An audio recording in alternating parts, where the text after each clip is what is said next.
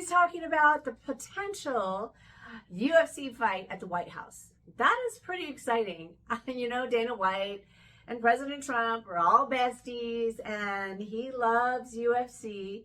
And he nonchalantly just said, hey, we ought to have a UFC fight at the White House. Oh my gosh, I think it's a great idea. And people were jumping on board. I have my own fantasy list, and I want to share it with you because it's actually pretty cool. I have a great lineup. So here it is. I'm going to share. The main event should be, are you listening? Tom Espinal, and this is totally fantasy, by the way. This is totally fantasy. Tom Espinal, because he really deserves another fight. And Francis Ngannou.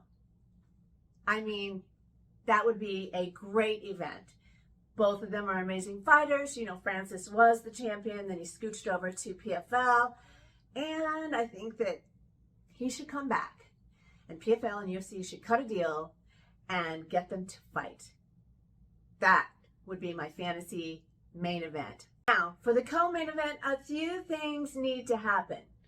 I'm going to choose Ilia Topuria versus Islam Makhachev. But obviously, a few things have to happen. Then, for another belt, Amanda Nunes should come out of retirement.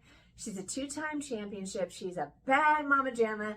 And she should fight Kayla Harrison.